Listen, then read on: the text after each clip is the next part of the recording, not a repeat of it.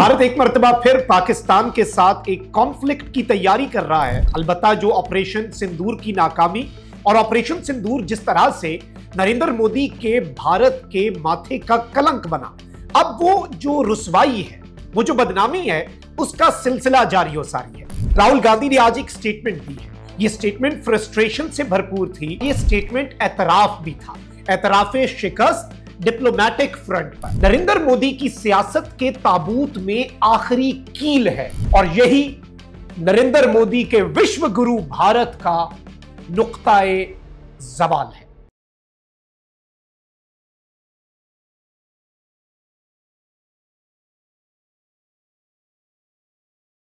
बिस्मिल्लाहिर्रहमानिर्रहीम, अस्सलाम वालेकुम। मैं हूं मखदूम शहाबुद्दीन। इस वक्त नरेंद्र मोदी का भारत एक तरफ तो पाकिस्तान से बदतरीन शिकस्त के बाद और मुंह की खाने के बाद अपनी जो ओछी हरकतें हैं उनसे बाज नहीं आ रहा। भारत एक मर्तबा फिर पाकिस्तान के साथ एक कॉन्फ्लिक्ट की तैयारी कर रहा है, तो वहीं दूसरी जानिब पाकिस्तान की सिक्योरिटी फोर्सेस और पाकिस्तान की इंटेलिजेंस एजेंसीज को एंगेज करने के लिए जो भारत की स्टेट स्पॉन्सर्ड टेररिज्म है, फितनतुल हिंदुस्तान BLA और फितनतुल खवारिज TTP, उन्हें एक्टिव कर चुका है भारत। लेकिन भारत की यह खाम ख्याली है कि पाकिस्तान भारत के लिए कोई सरप्राइज प्लान नहीं कर रहा। अलबत्ता जो ऑपरेशन सिंदूर की नाकामी और ऑपरेशन सिंदूर जिस तरह से नरेंद्र मोदी के भारत के माथे का कलंक बना, अब वो जो रुसवाई है, वो जो बदनामी है, उसका सिलसिला जारी हो सारी है। जहाज गिरने की बात तो बहुत पीछे रह गई, जंग के अंदर भारी भरकम नुकसान उठाने की बात तो बहुत पीछे रह गई, मिलिट्री के एस्पेक्ट से भारत की जो शिकस्त है उससे भी ज्यादा सीरियस नरेंद्र मोदी का भारत और वो जो एक फेक इमेज मोदी का गोदी मीडिया क्रिएट कर रहा था कि जी भारत तो विश्व गुरु है, भारत तो इंटरनेशनली डिप्लोमेसी के मैदान के अंदर वंडर्स कर रहा है, वो इमारत हाउस ऑफ कार्ड्स साबित हुई है। वो इमारत इस तरह से मुनहदम हुई है कि आप इसका अंदाजा नहीं कर सकते। तीन चीजें हुई हैं टोटल अगर हम बात करें कि ऑपरेशन सिंदूर की नाकामी और ऑपरेशन बुनियानुल मरसूस की कामयाबी से भारत अब वो वाला भारत नहीं रहेगा और पॉलिटिकली भी और इस रीजन के अंदर जियोपॉलिटिकली भी इंडिया अब हमेशा हमेशा के लिए चेंज होने जा रहा है। राहुल गांधी ने आज एक स्टेटमेंट दी है। यह स्टेटमेंट फ्रस्ट्रेशन से भरपूर थी और यह स्टेटमेंट एतराफ भी था, एतराफे शिकस्त डिप्लोमैटिक फ्रंट पर। राहुल गांधी ने कहा कि कोई एक मुल्क भी है जो हमारे साथ खड़ा हुआ हो, कोई एक मुल्क भी है जिसने हमारे हक में स्टेटमेंट दी हो, बल्कि आप अंदाजा करें कि पाकिस्तान के जो दोस्त ममालिक थे, पाकिस्तान जिन मुल्कों के ऊपर इन्हिसार कर रहा था, वो दोस्त मुल्क तो पाकिस्तान के पीछे खड़े हुए। चीन आपके सामने है, तुर्किया आपके सामने है, दीगर मुसलमान मुल्क आपके सामने है। भारत किस पर इन्हिसार कर रहा था? वेस्ट पर। भारत किस पर इन्हिसार कर रहा था? मगरबी ममालिक पर। अमेरिका, बर्तानिया, फ्रांस, यूरोप, इनमें से किसी एक मुल्क ने ऐसी स्टेटमेंट नहीं दी जो भारत चाहता था, बल्कि इस सब के अंदर रूस, जो भारत का एक स्ट्रेटेजिक एलाय है, भारत का रूस के साथ डिफेंस कोऑपरेशन का जो हुजम है वो बहुत ज्यादा है। और पाकिस्तान के साथ चलें, अब तो रूस के बहुत ही मिसाली ताल्लुकात हैं, लेकिन माजी में पाकिस्तान के साथ रूस की सर्दमहरी रही है। रशिया इस रीजन के अंदर भारत जो है उसके साथ उसकी कोऑपरेशन बहुत उरूज पर थी। ना रशिया भारत के साथ खड़ा हुआ, ना वेस्ट भारत के साथ खड़ा हुआ, और हमसाया ममालिक, इस रीजन के अंदर मौजूद छोटे ममालिक, वो भी नरेंद्र मोदी की जो एक साम्राज्यी सोच है और भारत का जो एक इन्फ्लुएंस बढ़ाने का तरीका है उससे ऑलरेडी तंग थे, वो भी इस सब के अंदर इनके साथ नहीं खड़े हुए। और आज राहुल गांधी की ये स्टेटमेंट, इससे पहले इनका शंग्रीला डायलॉग जो हुआ उसमें इनका CDS, chief of defence staff, जो मिलिट्री के मैदान में होने वाली शिकस्त है उसका एतराफ कर चुका है। डोनाल्ड ट्रंप ने जो हालिया स्टेटमेंट दी वो भी इसी जानिब एक बहुत क्लियर इंडिकेशन है कि भारत के तैयारे तो गिरे। लेकिन अब राहुल गांधी की यह स्टेटमेंट कि भाई भारत इस वक्त डिप्लोमैटिक फ्रंट पे इंटरनेशनली मुकम्मल तौर पर तनहा हो चुका है, ये अनप्रेसिडेंटेड है और नरेंद्र मोदी के लिए यह तबाहकुन है। देखिए, तीन चीजें हुई हैं। भारत का ऑपरेशंस का तरीकाकार क्या था, भारत की वारदात क्या थी पिछली कुछ सालों के अंदर, पिछली कुछ दिहाइयों में। भारत मगरबी ममालिक को यह मंजन बेचता रहा कि जी इस रीजन में, इस खित्ते में चीन आपका कंपैटिटर है, चीन को कंटेन करना है चाइना को अगर टफ टाइम देना है तो मुझे एम्पावर करो, मुझे हथियार दो, मेरी इकोनॉमी को बेहतर करो। अब वेस्ट जो है वो भारत के साथ इस मामले के अंदर, चाहे वो क्वाड हो या दीगर कॉपरेशन हो, वो कर भी रहा था। लेकिन ये जो एक भारत का पूरा बुत जो उसने बनाया हुआ था, जो पाश पाश हुआ इस जंग के अंदर, उससे वेस्ट को रियलाइज हुआ कि भाई चाइना तो दूर की बात है, चाइना से इन्होंने क्या पंगा लेना है, ये तो पाकिस्तान के साथ भी पंगा लेने के काबिल नहीं है, ये तो पाकिस्तान से भी अपने कान लाल करवा के वापस आ गए, ये तो वहां से भी बुरे तरीके से फेंटा खा के वापस आ गए।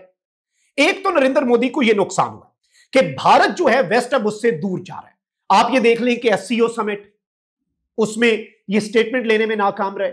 इसके अलावा ब्रिक्स का समिट है, उसमें ये कोई ऐसी स्टेटमेंट, क्वाड, कुछ भी इनको आलमी सतह पर, बल्कि किसी मुल्क ने पाकिस्तान का जिक्र नहीं किया। मजम्मत तो फिर हर मुल्क करता है, वो तो पाकिस्तान ने भी मजम्मत की पहलगाम में जो कुछ हुआ। अब एक तरफ ये हुआ, यानी ये हारे, डिप्लोमेटिकली इन्हें शिकस्त हुई, इनकी मिलिट्री माइट की पावर का जो बुत है वो पाश पाश हुआ, और इसके साथ ही साथ नरेंद्र मोदी की जो पॉलिटिक्स है, और राहुल गांधी जो है वो अब इस मौके को जाया तो नहीं करेगा, क्योंकि ये जो हालिया इंतखाबात भारत में हुए हैं, Narendra Modi was aiming for a 2/3 majority, ताकि वो भारत का जो आईन है, इंडिया का जो कॉन्स्टिट्यूशन है, उसे तब्दील कर सके, और उसके बाद वो जो हिंदुत्व की एक आइडियोलॉजी है, जो आरएसएस के नजरियात हैं, उन्हें मजीद इंप्लीमेंट करके भारत पर अपना कंट्रोल बरकरार रख सके। नरेंद्र मोदी का ग्राफ जो ऑलरेडी ऐसे जा रहा था वो नीचे गया।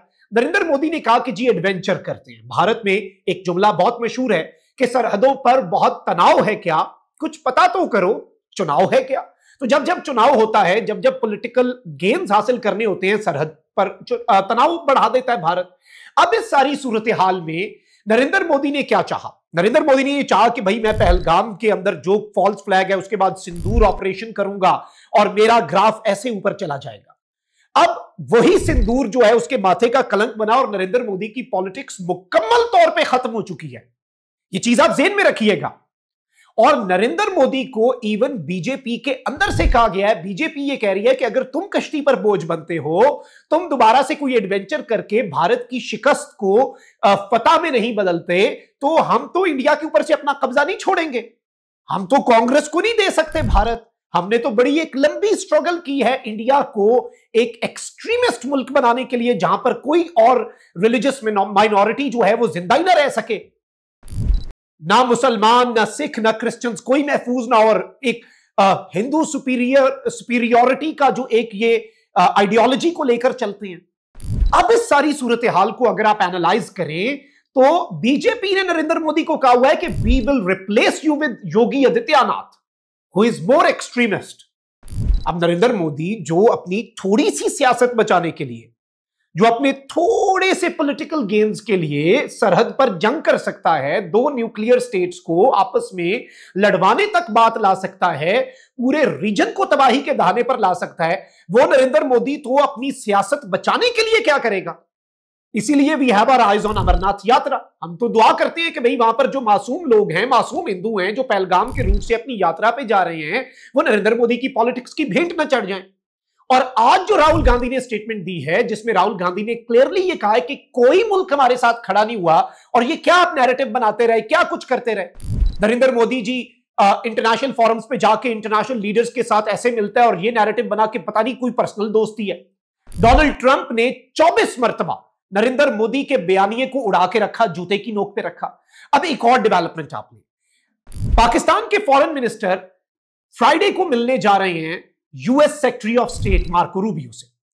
अब इस मीटिंग से पहले अमेरिका ने यह हिंट किया है कि कश्मीर का मामला जो है उसमें मीडिएशन, कश्मीर के मामले में चीजों को हल करवाने की डिस्कशन हो सकती है।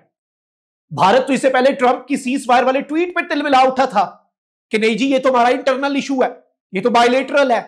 अब अगर ये हो जाता है, इससे पहले ही भारत के अंदर उनकी सांसें जो है ना वो उखड़ना शुरू हो चुकी हुई है, और वो जैसे दिल की धड़कन तेज हो जाती है और उन्हें लग रहा है कि कुछ हमारे साथ बुरा होने जा रहा है। क्योंकि एक तरफ अमेरिका ने इंडिया पर टैरिफ लगाने की बात कर दी, पाकिस्तान के साथ वो जीरो टैरिफ पे बात कर रहा है। इंडिया को इकोनॉमिकली डोनाल्ड ट्रंप ने जूते की नोक पे रखा। इंडिया की जो एक सिफारती पोजीशन है और नरेंद्र मोदी का जो बयानिया है उसका प्रोग्राम डोनाल्ड ट्रंप ने कसम उठाई हुई है 2 दर्जन मरतबा तो वो कर चुका ऑन द रिकॉर्ड, 24 मरतबा प्रोग्राम बांट दिया नरेंद्र मोदी के बयानिए का। और अब राहुल गांधी का ये एतराफ, आई थिंक कि ये जिसे आप कहते हैं ना कि last nail in the coffin, तो ये नरेंद्र मोदी की सियासत के ताबूत में आखिरी कील है कि उसने भारत के साथ जो जुल्म किया, उसने इंडिया के साथ जो ज्यादती की, उसने भारत का जो बेड़ा गर्क करके रख दिया, ये सारी की सारी चीजें अगर आप देखें तो ये बहुत आगे तक जाएंगी। और इस सारे सिनेरियो में अब एक तरफ पाकिस्तान की डिप्लोमेटिक विक्ट्री, पाकिस्तान का एक आलमी ताकत बन के उभरना, पाकिस्तान का पूरी दुनिया के अंदर खोया हुआ मकाम पाकिस्तान को हासिल होना, और साथ ही साथ भारत जो है उसकी ये शिकस्त। अब वो अपने जख्म चाटने के लिए वही घटिया हरबे, डायरेक्ट लड़ नहीं सकता, प्रॉक्सीज को एक्टिव कर चुका है कि जी टीटीपी के जरिए हमला करवा दो, बीएलए के जरिए हमला करवा दो। तो भाई अगर टीटीपी और बीएलए के बाप को चपेड़े पड़ सकती हैं भारत को, तो उन्हें क्यों नहीं पड़ेंगी? उनका भी कलाकमा करेंगे। और भारत के लिए भी, इंडिया को लग रहा होगा कि वो कोई तैयारी करके आएगा, पिछली दफा आउट ऑफ सिलेबस आ गया था तो क्वेश्चन पेपर का रट्टा लगाएगा बुनियानुम मरसूस वाले क्वेश्चन पेपर का, तो भाई आपकी खाम ख्याली है। हम इस मरतबा आपको नया क्वेश्चन पेपर देंगे, इस मरतबा आपको आउट ऑफ सिलेबस नहीं, कुछ आउट ऑफ दिस वर्ल्ड चीज आपको देंगे ताकि आपको समझ लगे और इस चीज को समझें। इंटरनेशनल कम्युनिटी को भी समझने की जरूरत है कि नरेंद्र मोदी इस वक्त एक ऐसे फॉल्स फ्लैग की तैयारी करेगा जिससे जवाब मिले उसे यूएस ब्रोकर्ड सीज फायर तोड़ने का। इतनी बड़ी तबाही की वो प्लानिंग कर रहा है। और ये सब कुछ क्यों हो रहा है? इसलिए क्योंकि उसकी अपनी सियासत खत्म हो चुकी है। इंडिया का जो एक गुब्बारा था ना, एक बबल था, वो बस्ट हो चुका है, गुब्बारे में से आवाज निकल चुकी है। और यही नरेंद्र मोदी के विश्व गुरु भारत का नुक्ताए जवाल है। अल्लाह निगहबान, पाकिस्तान जिंदाबाद।